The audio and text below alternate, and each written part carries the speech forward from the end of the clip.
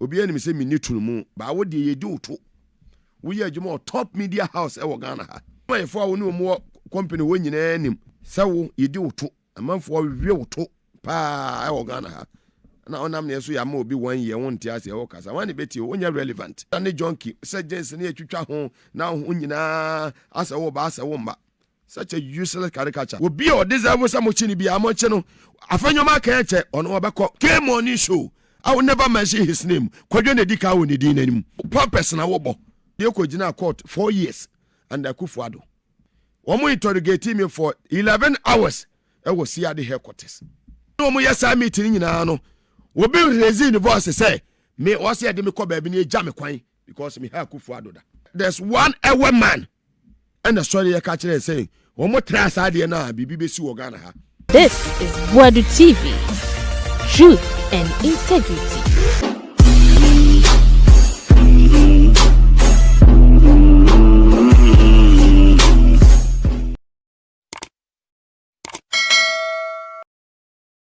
Ene ye jeli obi a no anya MPP for na Jimmy Semna no ma ba begu abontinum ye dede say omonte ase ya jeli wan obi a be dede bia na ye che wamra ne no obidi embra na enimu ntetire for me se dia na me kan ye Mugabe me ko nipa me twituo ana me ye dan and I said it here 3 days ago say mu ntetire na wokoduru court a wo be ka say ye the armed robbers bi na aba omo ko nipa hidden criminals omo ko nipa mutia bi efonyi na wo hwe no 27th of this month na exactly 10 years yes na exactly 10 me na de me kono aku ga obehu no obehu alista ya na de kono sabe nkwase afo no mukasa ne yante o muka that time ajimi fo no mukasa ne no we didn't hear from them me am tuwe me ma ka hwe ma nya hwe yese me ye host me na wasa come stop you omo and there is that time tiwa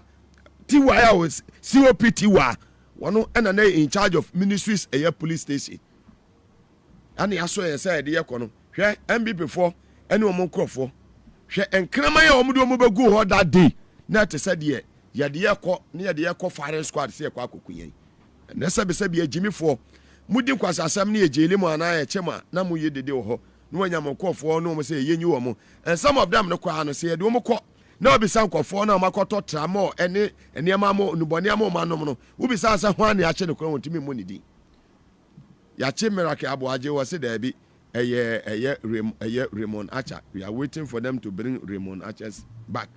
They should release him. They should release Raymond Acha. Nay, when you see Ghana ho hwiansi. And I may reflect on your and 17th. Aka 10 days pepe na muntetre no ya papa we na ekono Hariza call na ekono. Mutumi hwe Yakopon anim ye maame Sofia Kufu. Hwa wo de hwankrema ya bohu omo ha. Mo show ni nyina na Ghana fo nyina hu. Mo show si ni nyina na obi ahu wo Ghana ha. Me se hwiansi o anda jomama na nyese opposition. Say be reflective. Doctor lawyer nanampo for jemo edoji tamakulumo lawyer George Lomo hwiansi nana to dazimo hwiansi o top lawyers pleading say wo mo yamma o ma kokuni pa ma won krama wo kuro mo de gina ho mo yan krama no mo discipline ye no obi ehu mo ena chema mo won krama ho mo won krama mo de di akire ba mo tietre hwe mo ya ho the last day ya poja ye mo te say abongo ena me na metia no 10 years ago na ide fa mu nie na John Mahama na president that's na to that tiwa na ho no no satan no ya finger one gina ho no tiwa NCOP one gina ho no wo so ye mo te say abongo no opia ya share ka mu ma me tiwa no one gina TV no so no satan no na ye in charge of ministries police station ena ma ho nkraman me pesa Ghana for ehu enema ye bi mo ya de ya fam ye na sabe Jimmy for we ya chiwa na mu ye dede o Ghana ha. We have gone through a lot akla to ahoy na okrapoma na ogina papa we had this call on ekono we your frequency owner when you the owner of the radio station na kan no akufa Jomama time ye tibi chi NDC ni achi radio station no the owners ene the frequency owner e wo Ghana ha na so under His Excellency John Dramani Mahama as president in time no Ghana ni bie no tutu Ghana ni bie no wa wo ye basa basa wo Ghana ha ye fa wa nyina mo koda mo e ma 27 night awon Nsawam enye easy 3 night at aye akuse enye easy Mugabe Maase mabre o ene se maban aba na jomama wa ma bia some so na se ye wer fimia na akotena ba bi na ho se Mugabe no kura no da bi unim bra mabre wenkrama na di achi nkrama na ye di wo mu eba ye dwane akɔhe wo posifo atwa ho ahia na de wo jase kodua mo soma boys we o na de ese woni soso na kyase wanyini soma boys we o 45 44 43 years soma boys we no mu din kwasa asem Ghana ha ni aye din ni ehwe o this mutie tire na emfonyi na mi yi kire wo no mu firi se yure fi ena me reflect na ma kire mo tama ye de yakɔ ye de ha akɔfa gu yensa ye de yakɔ we krema ye gu o enwai ena ye chema na mu ye dede wo Ghana ha useless ones baga bigger for krama ye chema na mu ye dede wo Ghana ha at said ye bibia sida this was under NDC and obianu say me a card-bearing member of the NDC na su Ghana anya dey Ghana she ejanto Ghana ha under His Excellency John Dramani Mahama and I'm say law abiding citizen team ya anya dey ya fa janto Ghana ha to imagine MPP time be see judges dey na see ye you 2800 Ghana etwe judge ye to akonya e wo Kumase no, I'm feeling the pain. I know what I've gone through, meaning the struggle, the remember go through as a human being. I was in London. I came down to serve my country. I came down to serve my country. When I was coming from London, I'm about to incubate them just to come and serve Mother Ghana. Then this is what I went through. And today, and a pretty picture like I say BBC or Ghana had that. This was under NDC's administration. But your mama said, "Yeah, well, yeah, will be our Jim Redino, rule of Frono." So said, "Judges, no, my Juma, your mama, yan or ne, my mean and a sorry, ya my George in the wood, yon and a quasamis of God." Or intervention be a coyo, but Mrani and a Juma. And then your champion pinia, near the day, ye jelu be a near the day. So ubiquitous social media. See a friend says, one Camilla, such a useless woman. Useless. Okasani wo did your mama and Ibrahim and Matama, then be before Niaji, crass for no. No maniaji, bagger bigger for no maniaji. Today I'm on them. A kufado time. A kufado crowd a kufado. For your mama, see one of a kufado see. A kufado time will be the kufado attempt echo 10 years. Alright, your mama president at home say a kufado cry we will be a dinner 10 years. Now read your mama pa your mama no for fair.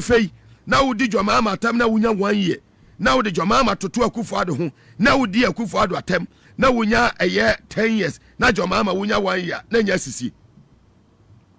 Some see. Would have read your mama who feel would have kufado the end of that way. We are kufado. Never read your mama.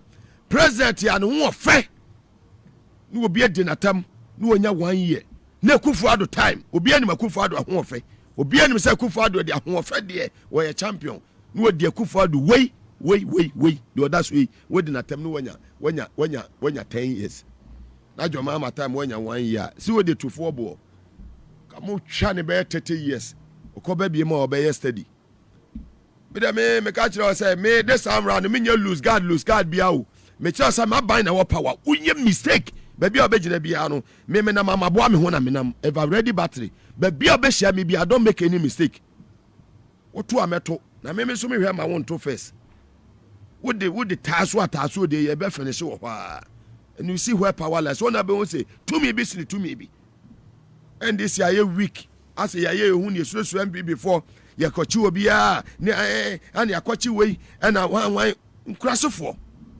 for political party MPP ye chema na mu ye dede ye chichi kata wa sori dem na dokura wa nom ye chi the late aye Victor Solomi ejelino obaboncha na obewu ye dan agbodapi ejelino former Ghana ambassador to Malaysia dey dey see wo Ghana ha honorable aye Kwame Pepra former finance minister ye jelino dey dey see wo Ghana ha useless ones na nei and this mama ya weak am ye chisa ankofo we ya mean as national organizer me hu ne oye na afi waye din ya mean na minimum no nya no na me hu ne o no aye din na mo hwe wo mo na sebi right way wo mo tisi abontene so attacking government state institutions like Yoko BNI ye chi obi na o madu osi ade ekote so madu batutie gas ni pepper spray gumo so ni mo agina nche ye ko eye demonstration e won Nkrumah circle na me ne honorable eye Johnson ese edu katia na elidi eye demonstration no me nwa se obi NDC for na ye ko demonstration obi ani baako ya totie gas amana se neni dey see Ghana ha and the Kufado that useless caricature that former president VNC Kufado na me fire in opposition onye na your power na me fire no you dare make a mistake and you see where power lies munchi wamo obi o deserve some chini bi amoche no Afenyo ma kan che ono obekọ amafo bebre na ekọ yekọ na quiet no omu ma amanfo hu na omo ba abontia no ba be dey wo parliament useless caricature wo UCG dey see ho Ghana water dey see ho wo free so be ko free na sebe kwasiafo ne agimifo ya ma mo 1 year na mo ye dede ne mo nya satwani bi a ye di ne to gay a journalist gay morning show I will never mention his name Kwadwo na dika wo ne din nanim such a useless caricature ya na satwefo akuku na fo hie otime ma animu oto purpose na wo bo munafiki ni baga bigani na mo mote ho ya ma obi 10 years abrante no ye so tom NDC branch organizer Akufo-Addo time kotena eye TikTok o say Facebook o e ka bibiti Akufo-Addo ya ma ni 10 years wadaso jail. I'm not going to do anything for this country. I swear for Allah. Wallah. This gentleman is in jail rotting. We also Jomama pardon on the other neighbor fee. One carry and tear Akufo-Addo. Was a memoning yet. One you're careful. Now, baby, I'm doing mine. Quarter man 10 years. Some of us, ye the Okojina court 4 years under Akufo-Addo. And I'm saying it here today. Ya demi ko si ade headquarters. Ye peke mo ajire gano. No, yes an invitation say memra mamiti wa. Because do when I catch him say you are under arrest for publishing what? False news. Charges ya de bo me criminal charges e kebeti mi ma ko jail. Na me lawyers lawyer Edoji Tamakulu. And lawyer Samijem Finsu join here. Minua Baba Jama so be boy. And the late Ambassador Sampi Ali. May he so rest in peace. And that me call court no. You invite me na free one the next day. One more interrogate me for 11 hours. I was see at the headquarters. And me back out the information me pick it actually say. Tama no mo yesa meeting nyina no. We be raising the voice say me was here me call baby ni jam kwan because me have Akufo-Addo da. But there's one ewe man and the story you catch it saying omo trust ade na bibi be si wo Ghana ha. Uko jam kwa te say de omo ja we no abrantia na no ye nsentwiri no mo kan say ame swale. But me atankole ga bi wa kana ton koma mo. Kai. Ye kodu court no. Charges somebody me ba me no. Ye mami bail of a year 500,000 Ghana cedis with 2 sureties. Alleged scenario now Ghana ambassador to a year Saudi Arabia. Ni fie any one woman be so from at that time minimum no. Omumienu eno sia de 424 year den edi animu no mokɔhwe. Womo the witnesses 5 and a buy e wo court wo say sankofo nyina be dia dance say esema amaka no e ABCD. But 1 by, 2nd by, 3rd by, 4th and 5th no omo antimi amba. Joking with me at Angolega Biga, Mugabe Maase the capacity man. Umela bejina da kamna wo Jonso. One DCOP bejina da kamna or Jonso guni ni kem. Na lawyer Edoji Tamakulu e cross examine no a Jonso e wo ho e wo adakem. E wo circuit court 6 e wo ha Ghana how. This is me. What I went through. After mutie today. Today, some American no mutie ni ye. After mutie 3. Yes. After mutie 3, me as a journalist, they might go through and I make a chira mono. Mutie 3. And no chamono. Second one no. I feel yesterday. Yabako beba sa 4 years. And I was acquitted and what? discharge because some me carry ni nyina no na evidence ni da ho clear. After that I know so ho and Akufo-Addo akoto asase a me ba be me project my first land na sida me ni party asase land no so near the middle court. One top MPP lawyer me bese me boni din wono wo ni chamber say wada braka he ya no akodu court say sa property na eya media no asase ne ene dia emi si da no wada ni pebe traffic ono wada me ne na share first till now awa amasama constituency what the makwa akodu court wo mo change judges no 3 times judge ba ko no wo asem ne gui another one by no wo di asem na be ka be 2-3 days ami awie no wo so otimi nto asem ne so biem ni change judges ni nyina me di court we say Mugabe asase asem na me ya tankuli ga biga ade ya me dia no wetimi di utumi age on the 15th May 2024 na me dey ya me say under MPP time and me nya judgment enye NDC time and I won.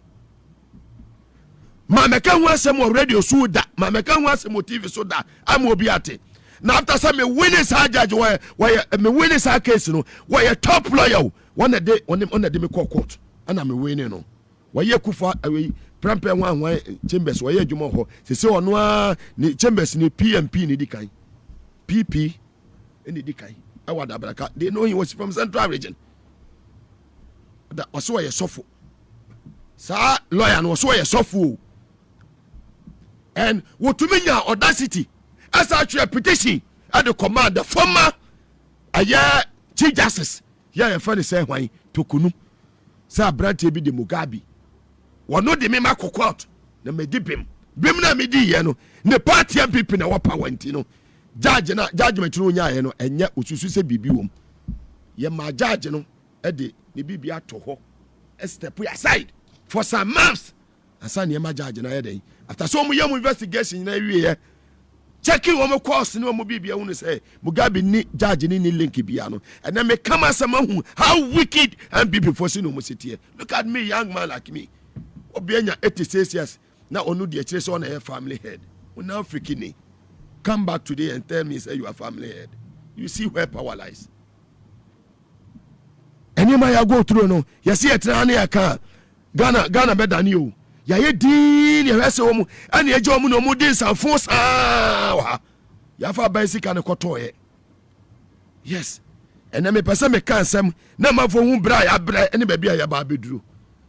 Sometimes when am abontin no obi kan adwene no we kan de na we kan de ene MPP for NDC for 30 MPP for ye mo bi abrewu ya ko jail aba after jail no yonkofo wodi afam no me ni akomade a nka o ma destroy me ba me untumi me we you adwene say o destroy me afekwana na nyame hira me mo ene Mugabe me na me ni o wotitimi enye yie obom tu enye yie otumadura emfa ntide na ba be ye ba be dijo mahamatem me ye board member keko me nye bosumi akatua o listen and listen very well. Me dini ba bia asa me je salary at the end of the month. Me ye just a board member into time ya time hunu ofa me ho adwemboni afa me ho adwemboni kru ba ba bia de makwa ne de I'll make sure say me and the team I will support our board chairman, I will support our MD combat for him to succeed, and the minister in charge of energy Honorable John Jinapo will make sure say we will not never and ever disappoint him, and the appointing authority is Excellency John Dramani Mahama. The bia wodi e beko bia no will brighten that corner. Enyemeti I mean support to criminalization of speech. Ya no mo nesi ye dika say ne ya jeli Camilla ye victim cassette ya because ye jeli muntie 3 ye cassette ya from muntie 3 besin ne obi bia ya jeli ni bia ye ka ho asem na omo a muntie 3 de ba ye no omo story digina mu cassette ya ye no e support to say ye jeli omo no muga omo na ne omo cassette de jeli of Camilla na me what problem obi ti say Franklin Kwadwo of Imani hwɛ o Google or see Franklin Kwadwo see ministers praise hooliganisms by signing petition. Franklin Kwadwo. Tell my ministers signing petitions. See ye remedy by Munte 3 for no. Nya Franklin Kwadwo can yere no. Or see ministers praise hooliganisms. The same Franklin Kwadwo or see embattled Munte 3. Embattled Munte 3 guys. Can you imagine? Must rot in jail. Who production? They should put these things on. Now, man, the screens are there. The screenshots are there. Wait, Ghana Web. Ghana Web and a report too. Franklin Kwadwo or Kassetia, the jailing of Sage, we say these people deserve to rot in jail. Franklin Kwadwo ni. No what bisa say na drink kwa hin. Na drink kwa hin ne. The kind of brains are not owo ene odi ka be different no and na no na adwen no ne ekwa hin. And battle what? Muntie FM guys Must what? must rot in jail. Franklin Kwadwo o se mom pro e wo jail. Franklin Kwadwo asema wo kan ye sa bre no no. Oh, we are here no be kaze. But he's a friend, he's a brother now. Which brother? Fair weather brothers. Or see, decent Council of State members. This decent Council of State members. What I say? Won't advise pardon for Munte 3. Temana petition ni koso no. This was the campaign against the remission or the pardon of Munte 3. Sa fo we na ne omo kasa. Ese President Mama pardon girl no. Oga.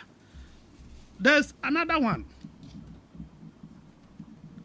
Ozi the your friend Bakono. Suleimana Ibrahima. Suleimana.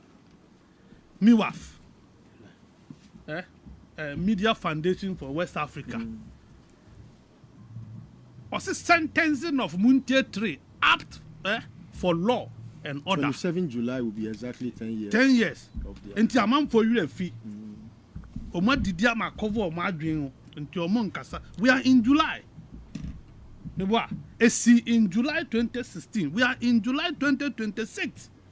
27 July. Na see see. how time flies. And then date here. Na nye ay 17th. Neboa. Say na 17th July. No, it should be 17th July. Akakakra. Until all of a sudden, 10 days away. Media Foundation, Suleiman Abraham, you Afenyo kind nano. Or you know, sentencing Munte or say or say Munte 3 remission, worrying. President grant him a pardon. Suleiman Abraham bar out or say it is worrying.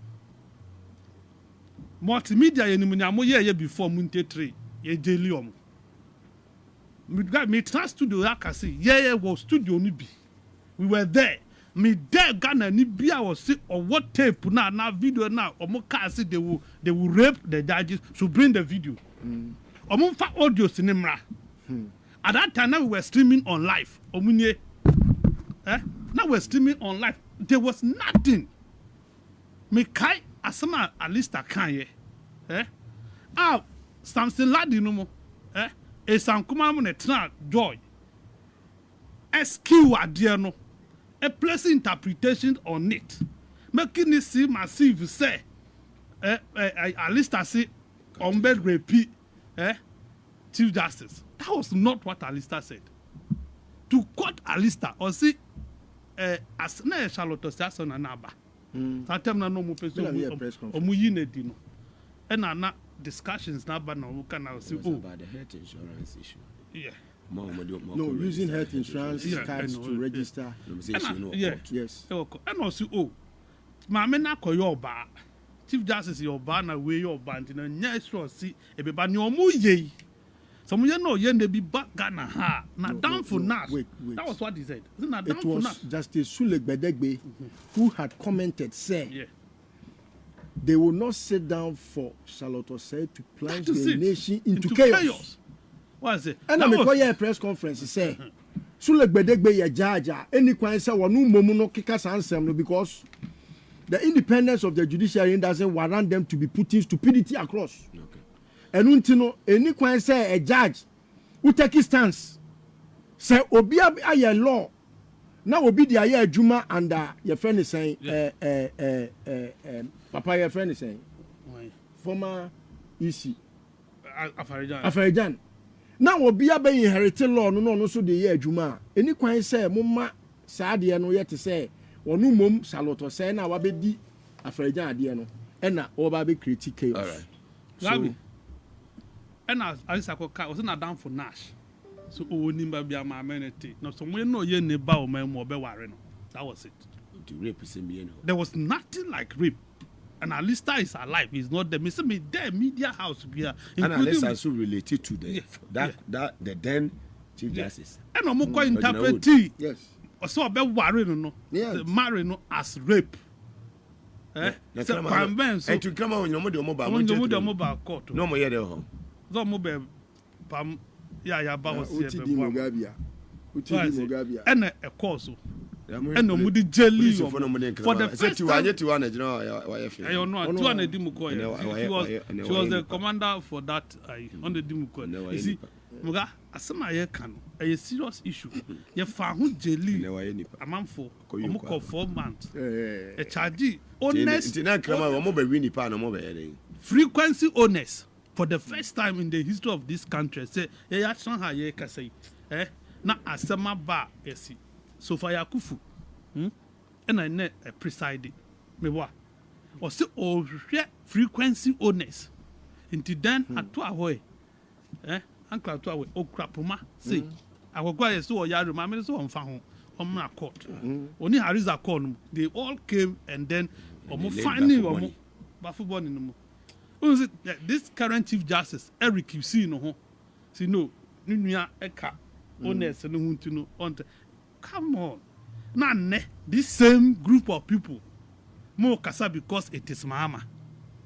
Muntiatri, yep, wouldn't see a partner on for Supreme Court. People went to Supreme Court to go and challenge the decision. Why are we behaving like I say? We have forgotten of these things so soon. Among 4 paid money to go to Supreme Court to go and challenge the president's exercise of his prerogative of mercy. It is enshrined in the constitution. President bet my grant prerogative of mercy. Bet my exercise. Mahama exercise. He was challenged. The president can intervene. That was so far Akufo-Addo wait before jailing them. Was it not even the president can intervene? We were in the courtroom. Yeah, in Central Phobia because on Beko 4 months. But they had predicted your jail term. Central Phobia and Castle Beko 4 months. They were sitting the last time. What is it? We know these things. And Timamun, you see, Mamu Manin, yes, this is the first time, man. Ye did Obi senior journalist, useless ones. Kabibi at Obi. Now, again, Kayano. You see, Munko Pega. Now they him for saying for Nekasa. Suleiman Ibrahim Ani. That useless caricature. Any media foundation. Any Franklin Kujo. Oh, that man, I don't even want to see his face. Such a that is why I'm angry. Because I see, Nya lady na yeno. Beko pep no videos ni na mabo videos ni na na mo misa mo se ni o kan ye no e no kre anya no kre the girl was emphatic. Akufo-Addo kura no so obi kasa ye anya ne de omoma ne 10 years so tuombo no Akufo-Addo no kura we Akufo-Addo we what I say don't let mom get impression as if say we. What is the problem? Where be Kasatia president ni your friend Nana Addo Dankwa Akufo? He's gone. 4 years. Yes, he's gone. 4 years. He did not move 4 years. Where dia wo ye wa court wa no opportunity. She pleaded guilty Or see what you're guilty. Was what you're guilty. Then you are. It's not guilty. complaining. It's not as if she has gone to plead not Oh, guilty. pleaded Or say guilty. Me a guilty. And a judge in the sea Me may before, the that's China what I so tell. send your best severe as deterrent to others Brother, because more can be it is no becoming yesterday. prevalent Any in the can country. take So you be more, sorry, sir, no do be yesterday. them defamation of leadership. Who was some account? Who was sacrificing 1932? And yeah, no pay. Pardon or more channel. Pardon or more channel. Also, moody silly sacrifices for my. So if she make this statement, near the new court, you what create publish, no chaos one of to me substantiate who claims na ya jail wa. Where is this and panic. noise coming from? Noise in Suleiman Ibrahim. Who Suleiman Ibrahim ya Tiga na Media Foundation of West Africa. Mudi essence amount for Ghana ha. Yebetu aba na mo say na where mo na kan kwasesem. Useless man. Don't forget who is he? Today you are quiet. Today you are up to speak again because such a useless caricature. Because You bring it on. No, you see, let the nation and want me and Tunufo. Nobody condemned it. When she did that thing, all the attempt, the Ghana police, the attempt, she dared the police to come after her. Abronye di Danka Williams Mudi Joma Mamato. What sir useless man. They won't speak. Media Foundation. On Kasa. Frankly, you are fire. Oh, David, we just answer you are not being fair to You are not being fair to your viewers and listeners because Frankly, Frankly, never be how many you. never be. The young Never be. Sana masu so mo so na bedru ani pa no ye na nya na wa fire no who bet me fire ba me to me. Won't me fire na wa so ya fi Oni udi nkomo na wa to no fo si Ti we ma yemi ho afi. to no fo se sanse nhunu no mo fa ye kwa so odi be fire fie mfiche de be ha no Yanko. ye di be fire ye mficha ye would deal with them Yanko. I say sanse nhunu no Franklin could want to no ho fo Franklin must advise himself. I'm for them Ghana. I'll be one data, one city data, no switch on. You are insulting everybody. You want to tell everybody anything. A dead Nancy. Kawasem. Saban I'll be criticized. First time will be a atem you TikTok one. Criticize the government. Now bro your money mountain. Send them much or more job. Musumo Kahubi. Much or more, not my job. Among folk cried the much or more needing the Namako Chom.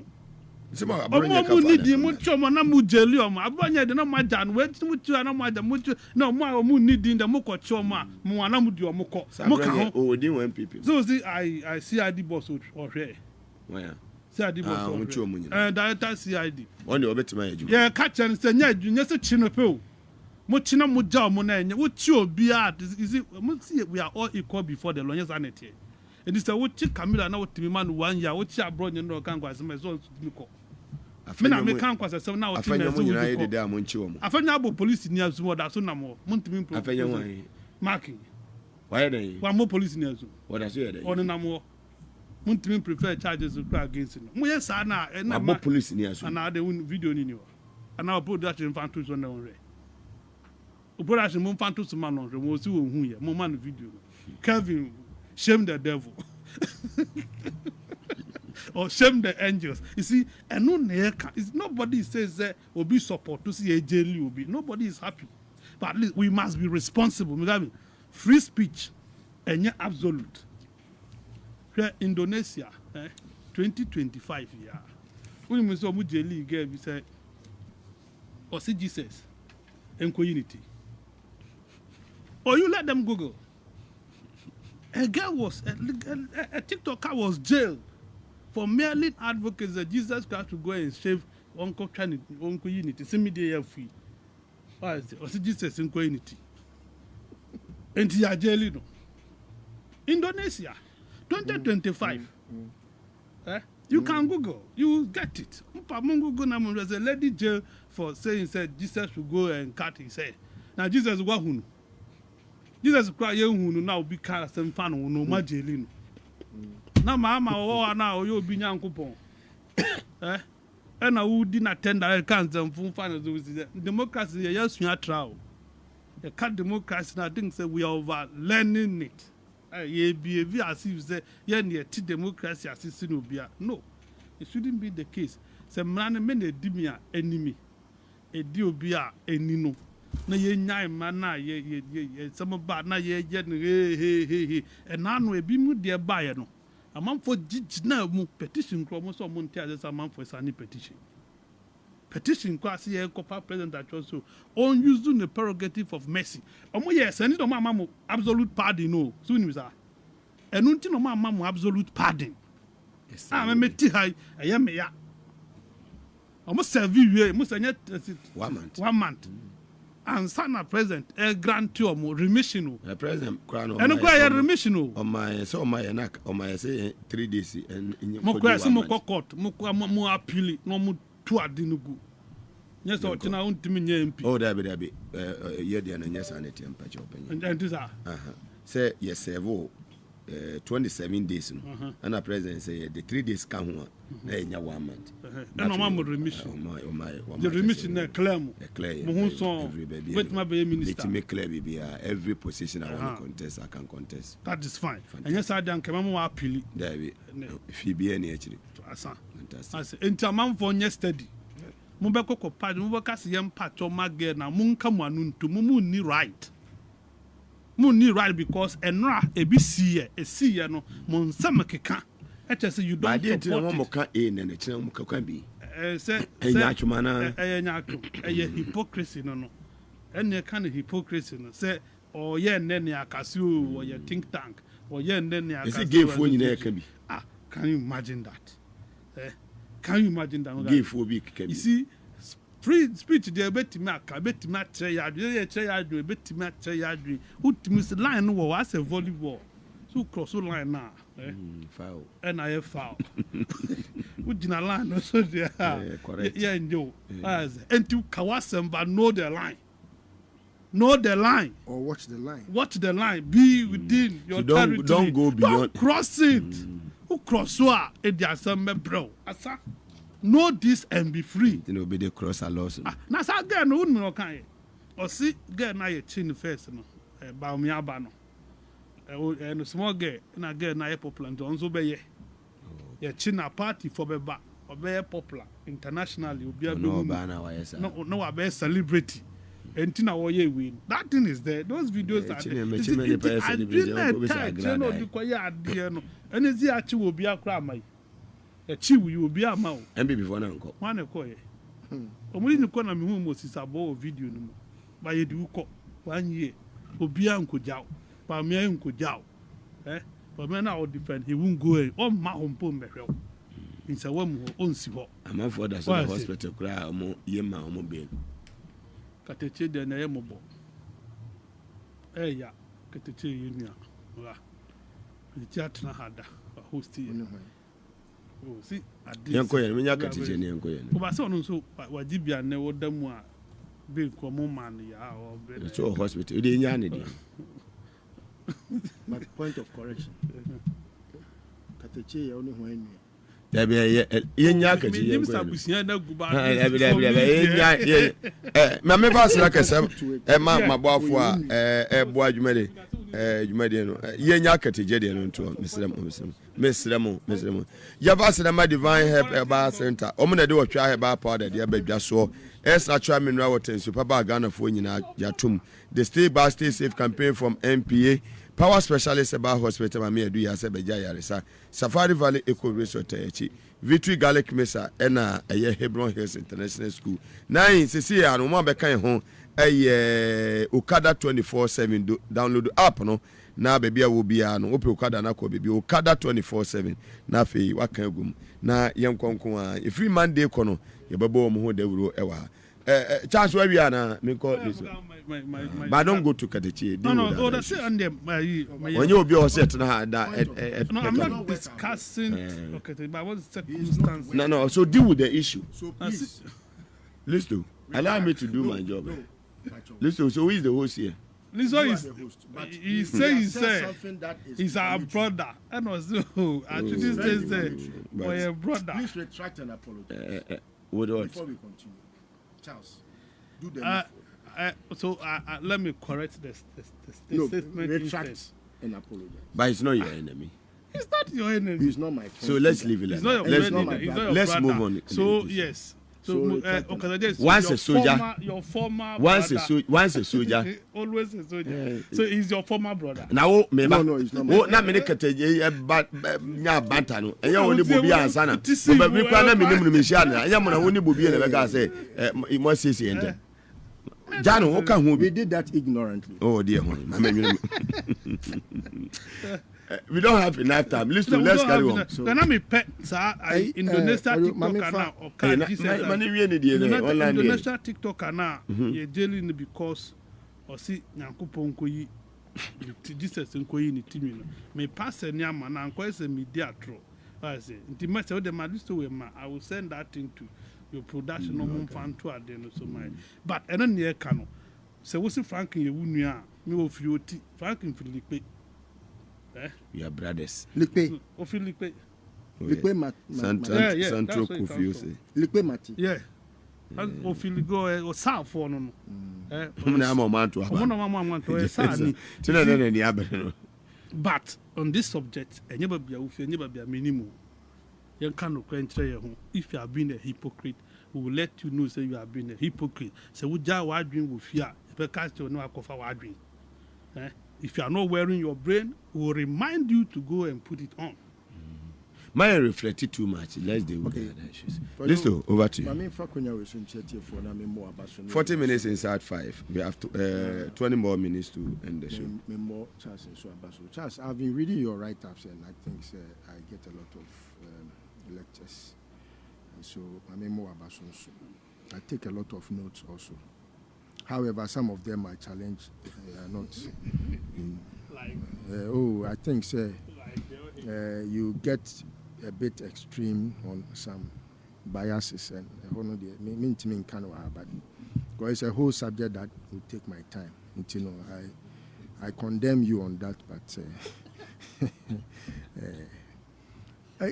well, you no kwenya me animu no kwenya ba ko pe ahun se de bia ye tu ye ho fu na aduro a enyu no esa yare no kre eya na ne kano enye bibia se o kano kra esa o man yade e wo platform we so sebi periasa se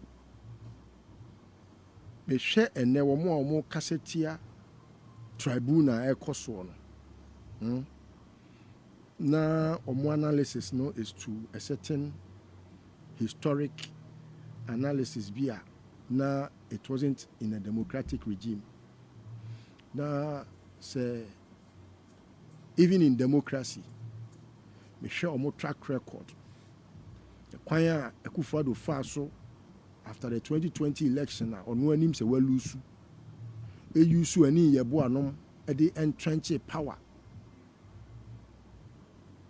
na omo de toto the call so under Rawlings na pension na ye soldier aban Rawlings when kum nipa da am a president but Akufo-Addo nipa nwotwe omo moja egu ni tiri so one ni MPs bi te say akwana friends immense former research officer. You're MP or parliament. Parliament. We professor, doctor. He's not professor. He's a doctor, is it? He cannot learn to be that. Akufo-Addo research officer. When I didn't know, Mensa Kosa. Ya omo kunkum nipa oniba parliament ya utimi se soldier ni ya target nipa si yekum omo just to disperse the crowd and by force they became MPs after people had lost their lives na eneno nindini nyansani ayeni and ayeni sometimes I hear people think that asem empenasem he's one of my likable persons me feeling it but when you are on a snail pace kwatini pa na yem form nko jail wa bro ma wi o man sika na wotete honum na waye ayi armchair attorney general meka say I would tribunal yi ba yi obi ebo abaso and it's something that everyone comments ayeni so waye adwuma papa because can now to say yes, the legal brain is working. It's a long overdue. And the Kwadwo journalist Ben Omenyani and Free Ghana. And the Kwadwo, we became like, I said, you must say your last prayers because to the extent that sebi you did to obey all these things we have gone through. And the Kwadwo or YGP just say otimi study palai bubo mu tuo ku omo ka say we saw all of them and Kwadwo time no mo ho na ede na aba sabi oba no okọ court no what's your friend saying Camilla asewa Camilla okọ court no wan kwaka so odi bi mo okoye wo si odi for no pachew the same thing muntie 3 Mugabe mo court man kan chem se mo kwa mun kase mu debem because me hu fodie bia wo mu so now we are against it we are normal lawyers and normal lawyer for say mo kwa kase o mu dia mu di for but mo pachew and I say there be if I one of your lawyers at that time me kai se me ne kasa ye the former chief of staff Nana Tudazi no so there be onu de omo ko because sabi penny who can say tia penny and I be na say or kasana penny so one onya adwen and I'm saying nya ho na mo kwakoye cultural and traditional lessons bia wo because court for no o ma yo ma dwen say o mbegu manimu ase enti no mo man ni asem no kra no sabio so mbegu manimu ase a mo nka mo no kra say asem aye kan no ye ni for now the basis of my argument ni nyina was that say na make no justice Sulegbedegbe and the kan say eye muntie 3 and someone omko kan ye no your friend is saying ejina sa Charlotte say or the National Health Insurance card actual registration so after Afenyo edija no onko inherit law emra no no ye lawyer ni ontimi nka so famra nya adwuma and until the law was expunged no it was still a law. It was justice of the Supreme Court now kojina baby say ono Charlotte say no and or person or plunging the nation into chaos. That's the Sulegbedegbe wan kasa ye minim so da so hompa oh okohin okofie the obi a o team onim Sulegbedegbe on finance amra me nye and that was where adeni nyina free buy ana mo discuss asem no studio no obi any o kan asem boni bia but because at that time no nipa ho aye ahi ene esa na tie dia ene yemfa John Mahama ne ho ahi entan ne yemwa asem mo kan den na ebepem ne obi any o watimi aka se asema muntie 3 mo kan no studio no obi kan asem boni bi and trokura mu kodi to a list so Mugabe kura dey na kan Akogan dey na kan Akogan wasn't in the studio na Mugabe dey now enti mami we no sa Sofia Kufu no he edru ba bia nipa ho ne sunu na wi na bebo no ne sunu na wi na me dwen so on retarda na me dwen so obedi Supreme Court justice akopema wi ye wi ase on owi ofonsa hwe wo de ene ya kai wo da ache Mugabe anka hwe de adwuma wura se yete studio ha yi eti me ba no Mugabe matro no sama me emu news anko eti yo se Julius beka chere se listo o kwa kan sei na me de madwunu nya adwuma o me ka se binu ma gimi wo wi ase mu a ya mom yanka mami wei wa be chief justice pen no eti me akotena ho na ono minim asa kra be kokra no na eye envy in her bi ani brebre ebi kura mpa woni baby ti se Mugabe woni baby ti se Alista chese woni baby ti se Akogan ni wiase nyina no chese oni ne ho ko oni nyame ko eti adwene bone ankasa bi wo abrante kama we ya ana wo ba na watete ba na wa yi wo ba napkin pen ana wa wo horo ne to ana wa nyini aba bedu ti se Mugabe a enka wo kasa anka wo ba dwene hu mienu Until some of the things that they did in the past, they don't make sense. No matter what say, all these things, these guys, you never condemned it. Now your democracy mu and say at that time military junta. No more amra criminalizing speech to the point say you were weaponizing the court against the society. Taxpayers they weaponize themselves against us. And they were gagging us. You people have the guts to talk about some of these things. Sometimes a hard dream, but media. What I have always thanked God is Nyanko Poadum said the Makati ba ya what taking the time. I hear all the research about the Franklin Kwadwo Kanye, the Brian Manum Kanye. I'm not talking about Brian Nyanseni na Ejoma Menuano. Suleiman Brian. Kanye. Sometimes it need we no ya na obobia.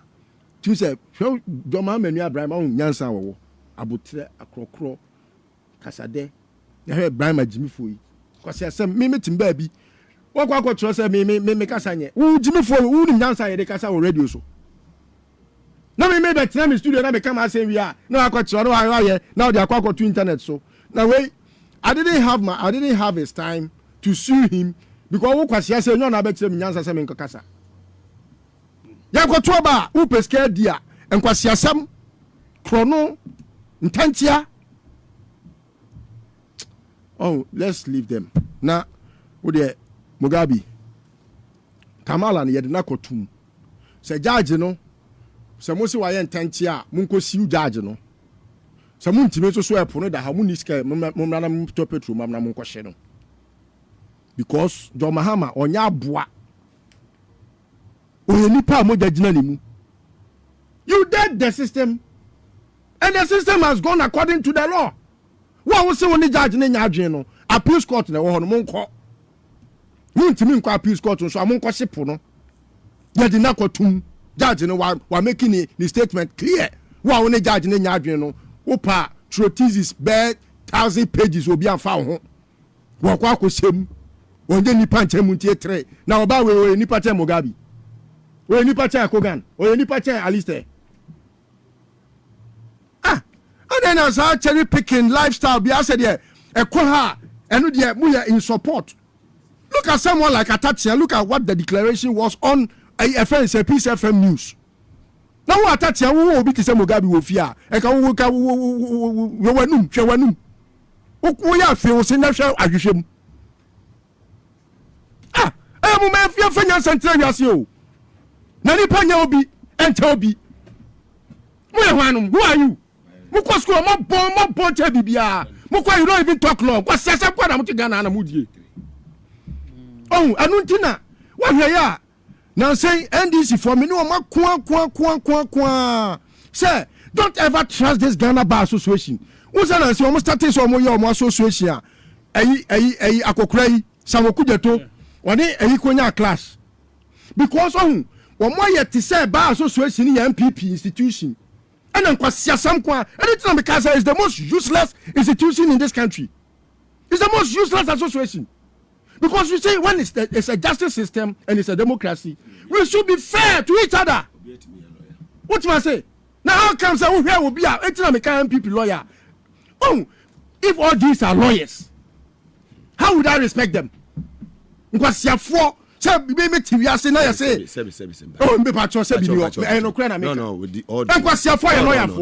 no, all due respect, lose to her. Please. Please. Thank you. Withdraw and retry. Please. With all due respect. Please to Tresa and what was from Thank you. Family. Nasa kwasi be lawyer nasa otiase nasa menchen say Matias here oh so to the extent that no to the extent that yet your man me back to the extent that yet your man na ebinum dwen say omunim nyansa te ebinum wabra o ma bon da bia me catch some people lawyer ni abon I say it with emphasis nipa ni bɛgyina bɛdwam na ɔka borɔfo kora tumi sɛ hwɛ sɛ gari ni maako who can he debate in NDC gari ɔte tv so a wotumi te ne borɔfo na sɛ wote you didn't did it borɔfo a na ɔmo ka ɛna sɛ aborɔnyɛ yɛ a ɔno so akɔ law school wɔkɔyɛ ayi yɛfrɛ ne sɛ ni poster apia sɛ de sɛ ɔkyea mu ɔkɔyɛ ni poster kɛkɛ poster ɔse nkɔfo mi gye o ma asɛm bɛba ɔse he has ɔno aborɔnyɛ no has finally na ɔse pick o has o ɔse has tie me kyerɛ English language muni ntie borɔfo yie akora bi kɔkan a tie akora bi kɔkan a obedi fɔ enti saa nneɛma no a NDC foɔ moatena hɔ a moyɛ nimdifoɔ na mama nkɔfoɔ ateki mo for granted sɛ mu na monya nimdifoɔ no monkɔte mo law yɛfrɛ ne sɛ association lawyers association ɔmo fɛ biribi society deɛ law society na sɛ NDC foɔ na ɛwɔ lawyers monte mo deɛ ɛdɔ mo ne na monte mo deɛ wie a afei na the truest learned fellows no yɛba bɛda na diama Ghana foɔ why na abin who say omo pese NDC for beti omo because NDC for ti omo free bar association nu pe obi abe so omo bon just 1 minute so obi abe so omo bon na 1 minute na me hwe tribunal ni court no enye competition enti maybe before me say omo tribunal say maybe before compete with tribunal is for special cases or specialized cases e be a van say tax land because there's a lot of backlog system the legal system no be case to me 10 years 5 years and the adjournment and then cases be rent cases disputes in keten yen tiase ma yen ko so mu di mrana ba things say and once it is in the law it is that mo ya against no they should be telling us why they are against. Because they are beneficiaries of the current system. Yes, sir. Wouldn't me ask somewhere called tribunal and expertise or more okay. Because our evidence and came in the tribunal and they buy a manakwaba. Now, wouldn't you abatanasi? Some amount for you with social media, TikTok near there because I'm not there. No, yeah, I'm in person. But sometimes, me see you could beside me recently say, Mugabe, why are you not on Facebook and so on? For some 1 or 2 reasons. Me push to me wife, my family matters private. You never see me posting my wife and my case, blah on social media, and I don't need it. It's something I've decided. Say, I won't do it. And yet, Roxanne Dafia Mapon, and I say I could say be bright on and worry. I won't. Roxanne Dafia Mapon. Majority chief whip and yen say Kabon so need be bright tema mayor or no na woneba. Yes, sometimes certain things we also keep on the private. We always say my post to me baby that. I have a family, beautiful family, but I will never do it. But you be more social media no. Ababe yen fan kodi Joma matam, yen fan kodi Ibrahim Mahamatam, yen fan kodi Julo Zebratam, yen fan kodi Atofos atam, yen fan kosi yen ni yen penny for atam.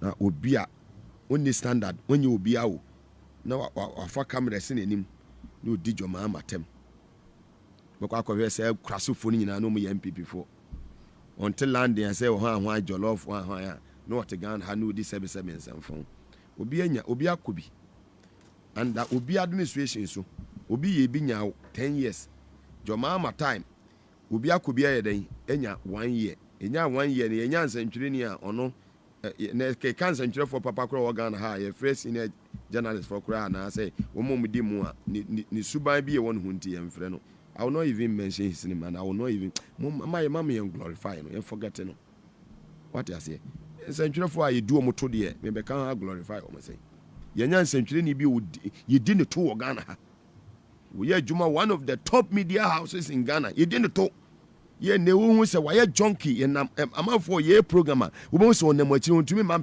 for inside recently Messiano 2 programs I say no agency feed can we be come to me nyina ho me money dey kwa na my born video na mo wati but let's be reflective Kwadwo kasa me boa ɛwɔ France Channel 24 meboa production team meboa ɛwɔ yanti bi wɔ Ghana ha ɛbɛkwan yɛ fa so jeli amanfoɔ ɛwɔ Ghana ha then Akufo-Addo kan so that journalist na why ne ho junkie why ne ho gay ya wɔ nam Ghana ne din de Kwadwo de ka ho no menka nka ho sɛ me de Kwadwo saa journalist me si ne din de Kwadwo wɔ yɛ morning show host de ka ho no menka idin no to te sɛ bibi no wadane junkie I will not mention his full name ne din no Kwadwo wom omu din ne to gay kɛseɛ pa wɔ Ghana ha you think people don't know na the order ne junkie ɛna honam na o kan semfon se ya jeli obi me bodi an ebe ye wo de ba ko pa na mabo odi ndi Kwadwo me se me ya meti ye me de Kwadwo obi ani me se me nye gi obi ani me se me ni turumu ba wo de ye di oto wo ye adwuma top media house e wo Ghana ha and that media house so me modin ba obi ani ba bi ye wo obi ani odwuma ye fo a wo ne mo company wo nyina anim sawo ye di oto amanfo we oto pa e wo Ghana ha na onam ne so ya ma obi 1 year won tia se wo kasa wan ne beti o nya relevant mo sometimes mo hu ye bi mu now currently se a fresh journalist for see yes nkonya mo hu ye bi mu a mo hu ye se ho anam asan adane junkie se gens ne atwitwa ho na ho nyina asa wo ba asa wo mba such a useless caricature uni baba papa wo you okoland akọ eye Dr. Symbiosis barbering shop and I say nana kwesio ewo mecham wa kwa mecham so akọ asa eye minua eye napo nua no ko de saying asante babes napo eye nua napo ni nua asante babes ewo kamba wo ana Nikita no munyu tinwi kusu muhwe na wate Ghana ha ene di oto na so ye adwuma wo media house ye morning shows saying station so eye English station ana ye morning shows me describe am obi ahun ba me modin such a useless caricature say ya mo be 10 years ya mo be a year 1 year Akufo-Addo time ya mo be 10 years ya anti dede wo ho amos ankofo na moti sa station na wo esoro ho no ya mo ye dede some phone na mo di wo Ghana mo be ye steady this administration dey me hu die nti panifo ni bi sorry a no makotra wona mo glorify wo mo such a useless caricature gay we ye nim ne papa e wo system no me se ne din di Kwadwo de ka ho no me nkanka ho on fa ne saa ene mama no we ye tufo bo on fa ne saa no ni ne saa no na saa one broadcast journalist with one host of one morning show Munafikini. This country like we have a different of rules for politicians and a different set for the rest of us. We want to know if bra. Shut up there. We do to am out what is say one my own say want to me now na so.